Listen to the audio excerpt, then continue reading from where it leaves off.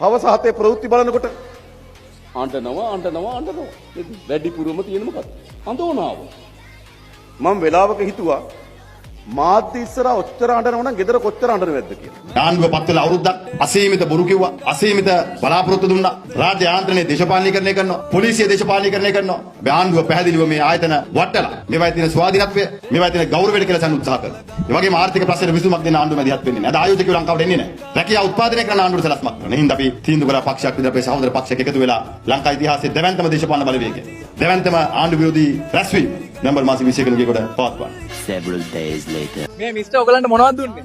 5000 කුරුල්ලෙක් දුන්නා, මහන්සියට කාලේ බෝතලයක් දුන්නා, පුන්නක්කුත් දුන්නා. මේ හදිසිය කොහෙද යන්නේ? 2029 සිහින ජනාධිපති හමු වෙන්න යන ගමන් මහත්තයෝ.